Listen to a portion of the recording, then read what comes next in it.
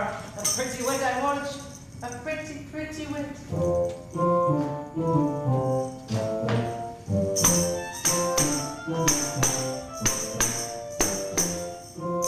I've done a joke, like women crank, for lowly folk, and men of rank.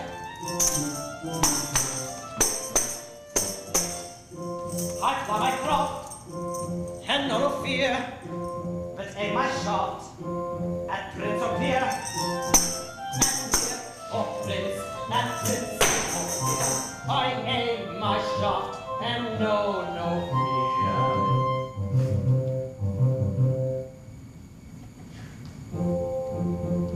I who wisdom from the east and from the west, that's subject to no academic rule.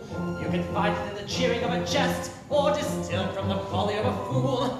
I can teach you and equip by the mind. I can trick you to learn with a love. Oh, widow, oh my folly, folly, folly, and you'll find a grain or two of truth among the chop. Oh, widow, oh my folly, folly, folly, and you'll find a grain or two of truth among the chop. I can set a braggart grin with a quip. The upset I can wither with a whim. He may wear a merry laugh upon his lip, but his laughter has an echo that is grim. And they're given to the world in merry guise, unpleasant truths are swallowed with a will. For he could make his fellow creatures wise, must always gild the philosophic bill. For he could make his fellow creatures wise, must always gild the philosophic pill.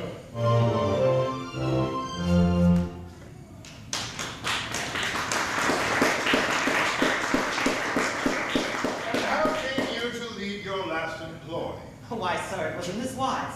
My lord was the Archbishop of Canterbury, and it was deemed that one of my jokes was unsuited to disgrace his family circle. In truth, sir, I ventured to ask a poor riddle, wherein lay the difference between his grace and poor Jack Boyd.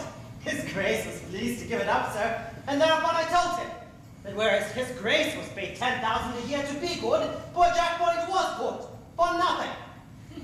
It was but a harmless jest, but it offended his grace, who whipped me and set me in the stocks for a scurril rogue, and so we parted. I take it as leave never to take post again with the dignified clergy. But I trust that you'll be very careful not to give offense. I have daughters. Sir, my jests are most carefully selected, and anything objectionable is expunged. If your honor pleases, I shall try them first upon your honor's chaplain. Perhaps an example. Say, I were to sit myself down hurriedly upon something sharp. Why, sir, I should say that you had sat down upon the spur of the moment. I don't think much of that. Is that the best you can do? It has always been well received, sir, but we shall try again. Say, we are at dinner, and the joint of meat is but half cooked. Then I should say that what is underdone cannot be helped. I think that sort of thing might be somewhat irritating. At first, sir, perhaps. But use is everything, and you would come in time to like it. Suppose I were to catch you kissing the kitchen wench under my very nose. Under her very nose! Under her very nose, sir. That's an ever kisser, not under yours. Do you take me? A pretty wit, I warrant you, sir. A pretty, pretty wit. But see, the maiden comes, and must follow me to my library at once, and we can discuss this matter further in I am your worship's servant, or I trust that I soon shall be. But before proceeding on to a more serious topic, can you tell me, sir, how a cook's brain pan is like an overwhelmed clock? A truce to this fooling. Follow me. Just my luck, my best conundrum, wasted.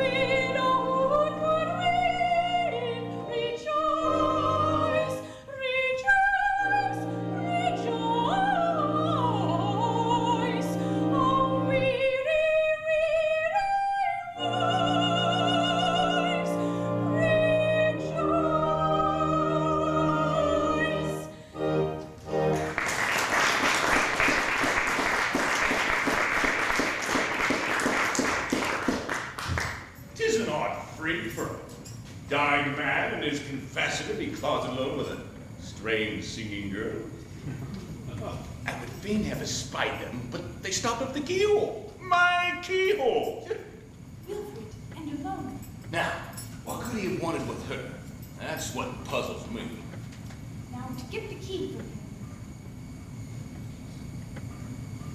Oh, Wilfred! Has no reprieve arrived? Oh, none. Thine adored Fairfax is to die. Nay, thou knowest I have naught but pity for the poor condemned gentleman. Oh, I know that he who is about to die is more to thee than I, who am alive and well. Thank you very much. Why, that is without reason, dear Wilfred. Do they not say that a live ass is better than a dead lion? What? No, I didn't mean that. Oh, they say that, do they? It is unpardonably rude of them, but I do believe they put it in that way. Not that it applies to thee, who art clever beyond all telling. Oh, yes, as an assistant tormentor. Nay, as a wit, as a humorist, as a most philosophic commentator on the vanity of human resolution. Oh, truly, I have seen great resolution give way under my persuasive method. Why, in the nice regulation of the thumbscrew, in the 100th part of a single revolution, lie all the difference between stony silence and a torrent of impulsive and bosoming the pen can scarcely follow. I am a mad wag. Thou art a most light-hearted and delightful companion, Master Wilfred. Thine anecdotes of the torture chamber are the prettiest hearing. Oh, I am a pleasant fellow when I choose. I believe I'm the merriest dog that barks. We might be passing happily together. Perhaps. I do not know. Thou would make a most tender and loving wife. I, to one whom I really loved. For there is a wealth of love in this little heart, saving up for you wonder whom. Now, of all the world of men, I wonder whom. To think that he who I am to wed is out there somewhere, perhaps far away, perhaps close at hand, and I know him not. It seemeth as if I am wasting time in not knowing him. Well, now say that it is I. Nay, suppose it for the nonce. Say that we were wed. Suppose it only. Say that thou art my very bride. I, thy cheery, bright, joyous, frolicsome husband, and that the day's work been done, and all the prisoners stored away for the night. Thou, I, alone, with a long, long evening before. 'Tis a pretty picture. Yet I scarcely know. It cometh so unexpectedly. And yet, were I thy bride? Aye, wert thou my bride? Oh, how I would love thee. Be gentle. I thy bride, and all the world beside were not too wide to hold my will and love. Were I thy bride, upon thy breast, thy loving head would rest as on my nest the do. Were I thy bride, this heart of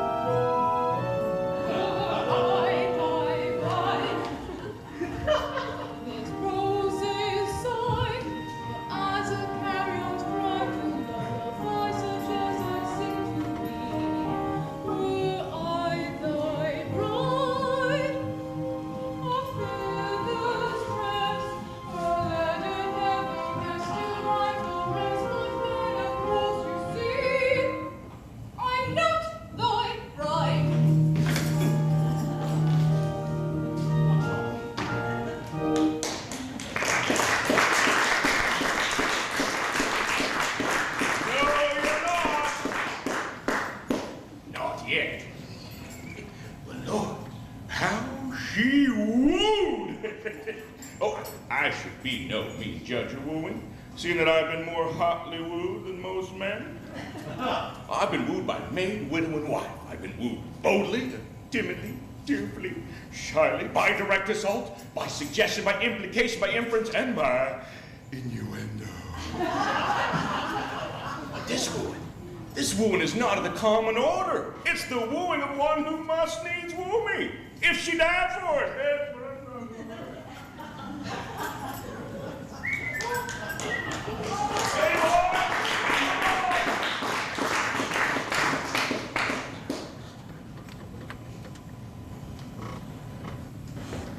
The deed is so far safely accomplished.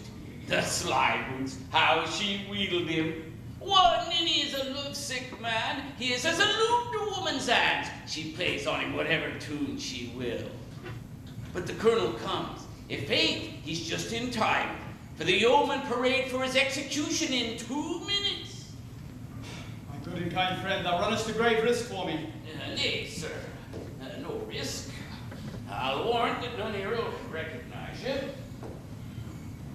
You make a brave yeoman, sir. So, this is a bit crooked. Let the doublet hang thus. Here's your halberd, sir. Hold it thus. Now remember, thou art my brave son, Leonard Meryll. I may not bear mine own name, there is none other I would bear so readily. Then, sir, put a bold face on it, for here they come.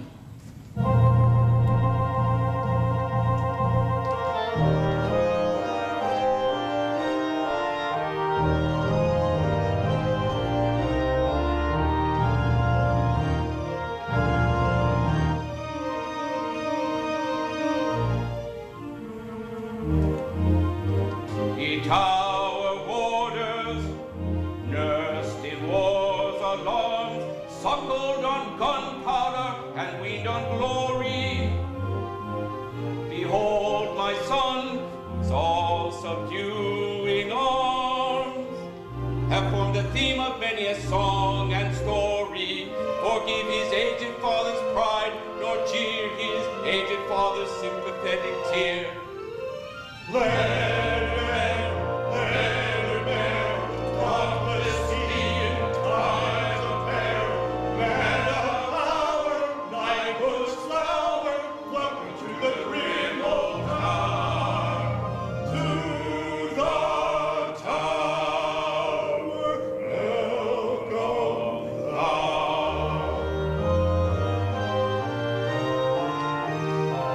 Forbear, my friends, and spare me this ovation.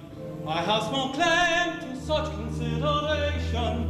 The tales that of my prowess are narrated have been prodigiously exaggerated. Prodigiously exaggerated.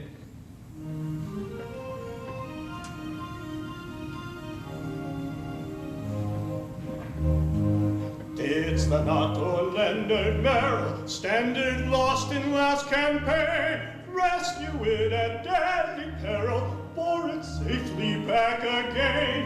Leonard Meryll, at your peril, bore it safely back again. Didst thou not, when prisoner taken and debarred from all escape, faced with gallant heart and shaken, death in most appalling shape? Leonard Meryll faced his peril, death in most appalling shape. All the tales that are narrated of my deeds of daring do have been much exaggerated, very much exaggerated. Scarce a word of them is true, scarce a word of them is true.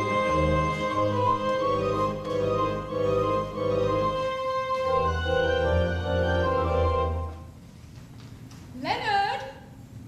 I beg your pardon? Don't you know me? I'm little Phoebe. Phoebe? Is this Phoebe? Who the deuce may she be? Phoebe? Phoebe? Yes, 'tis Phoebe. Your sister Phoebe. Sister. Your own little sister Phoebe.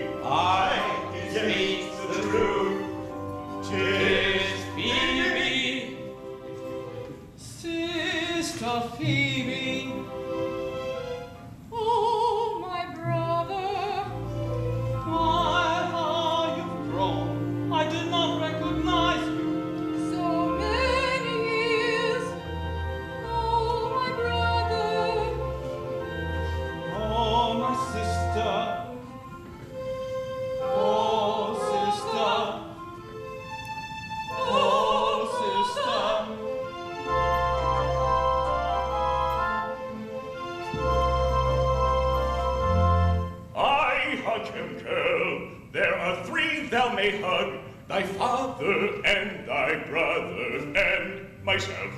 Thyself, forsooth, and who art thou thyself? Good sir, we are betrothed. Or more or less, but rather less than more. To thy fond care I do commend thy sister. Be to her an ever-watchful guardian, eagle-eyed, and when she feels, as sometimes she does feel, disposed to indiscriminate caress, be thou at hand to take those favors from her. Be thou at hand to take those favors from her. Yes, yes, be thou at hand to take these favors from me. To thy fraternal care, thy sister I commend. From every lurking snare, thy lovely charge defend. And to achieve this end, O grant, I pray, this boon. O grant this boon.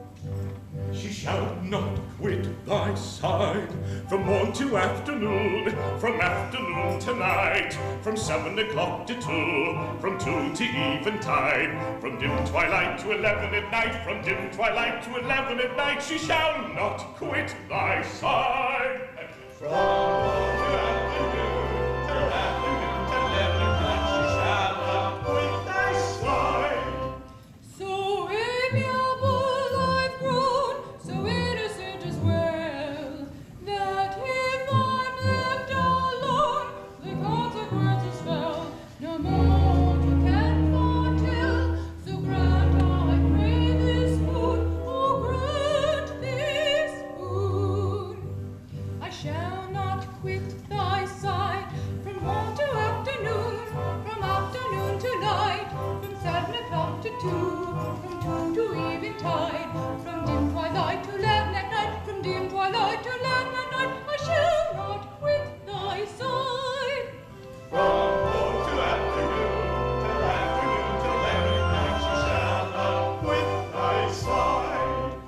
With brotherly readiness for my fair sister's sake, at once I answer yes, that task I undertake. My word I never break, I freely grant that boon, and I'll repeat my plight from morn to afternoon, from afternoon to night, from 7 o'clock to 2, from 2 to evening meal, from dim twilight to 11 at night, from dim twilight to 11 at night, the compact I will keep. To afternoon, from afternoon till 11 at night, she freely grants my boon.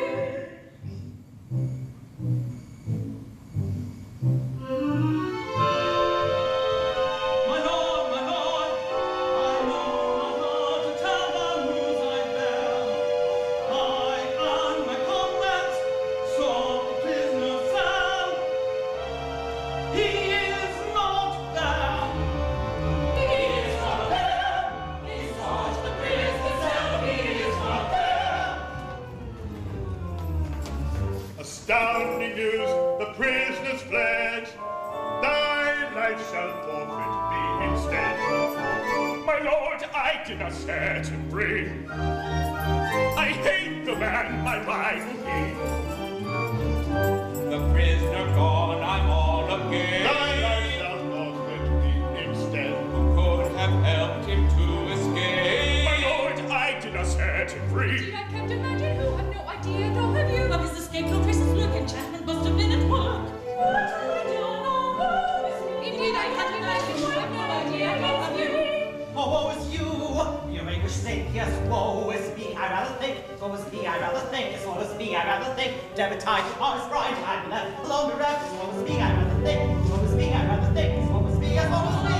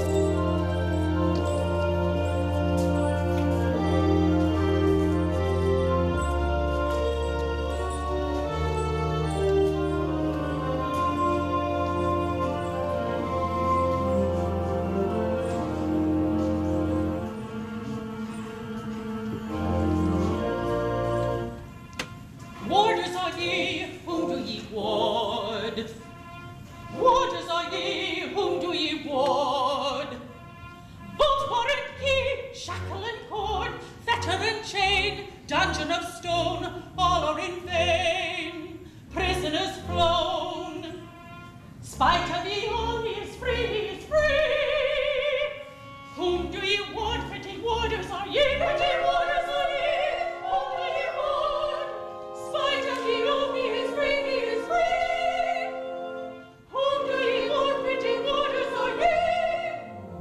Night has spent us all its warmth, and the prince is still free. Open is his dungeon door, is his dungeon chain. Pretty waters are we. Open is his dungeon door. He is free, he is free. Pretty waters are we, he is free. He is free. Pretty waters are we.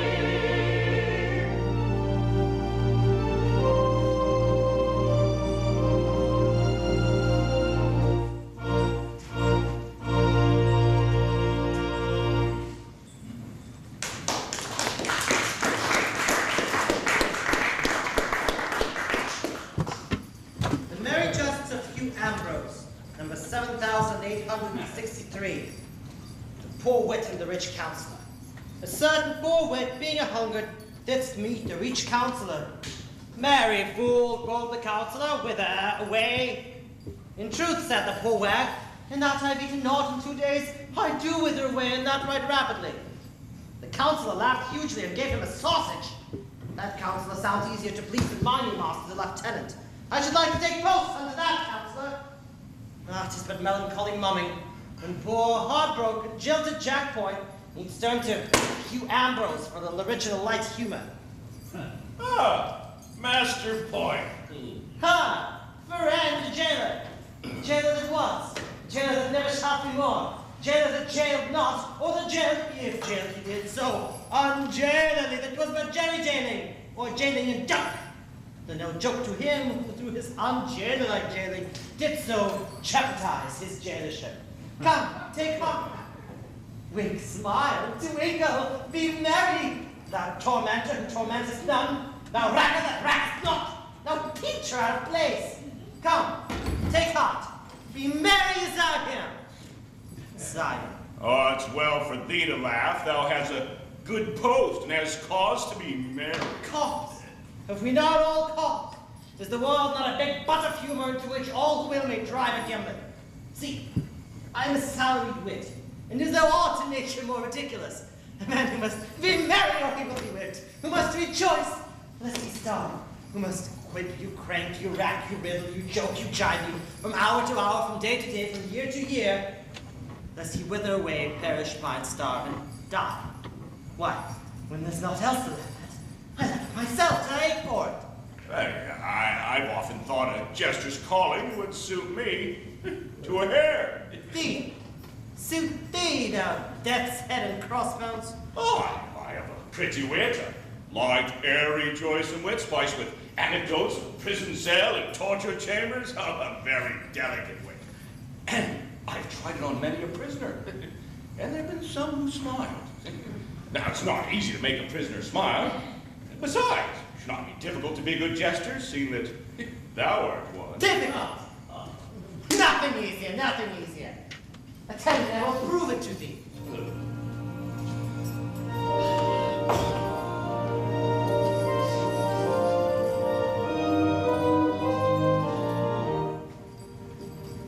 Our private buffoon is a light-hearted loof. He listened to popular rumor. From the morn to the night, so joyous and bright, he bubbles with wit and with humor.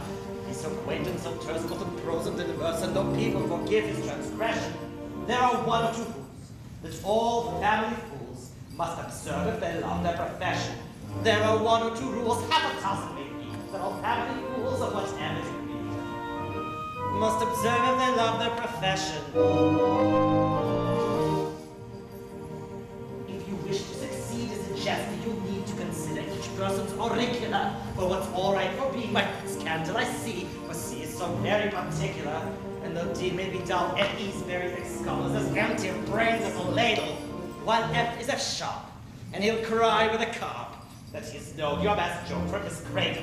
When you humor they flout, you can't let yourself go, though it does put you out when a person says, "Oh, I have known that old joke from your cradle." When your master is surly from getting up early and tempers are short in the morning, and enough but to joke is enough to provoke him to give you at once a month's warning. But then if you're afraid he is at you again, because he likes to get value for money, and he'll ask then and there, with an insolent stare, if you know that you're paid to be funny, though it does put you out in a merriment's place, when your principal asks with a scowl on his face, if you know that you're paid to be funny. Comes a bishop maybe, or a solemnity, oh beware of his anger provoking. Better not pull his hair, stick pins in his chair, you don't understand practical joking. If the jest that you crack have an orthodox smack, you may get up and smile from these sages. What should they by chance be imported from France? Have a crown knocked out of your wages. It's a general rule, though your zeal may quench, when the family fool tells a joke that's too frank. Have a crown knocked out of his wages. Though your heads may rack with a bilious attack, and your senses with toothache you're losing, don't be mopey or flat, they don't fine you for that if you're properly quaint and amusing. For your wife ran away with a soldier today and took with her a trifle of money. Bless your heart, they don't mind. They're exceedingly kind. They don't blame you as long as you're funny. No one suffers to feel when in partnership flit. No, you suffer a deal. They don't mind as you quit. They don't blame you as long as you're funny.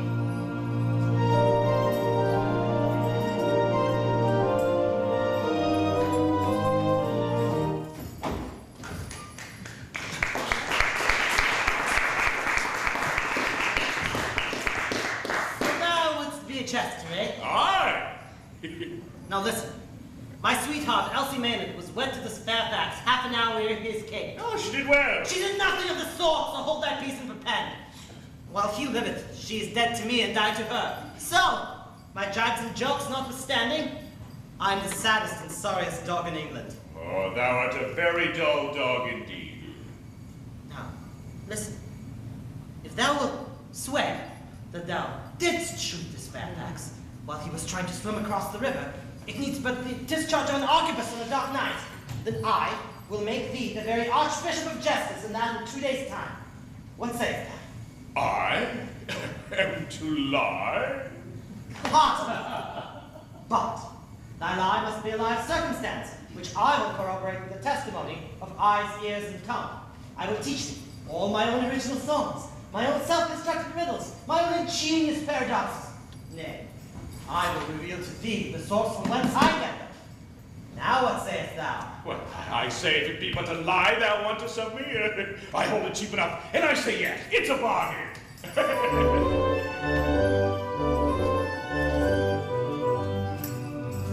Hereupon we're both agreed, all that we two do agree to will secure by solemn deed to prevent all merrimental. You and Elsie are to call with a story grim and gory. How this Fairfax died in all, I declare to, you to swear to. I just swear to. I declare to. I just swear to. I declare to. I declare to, you to swear to. I declare to. Tell a tale of hawk and hook, of convincing detail. Tale tremendous, heaven defend.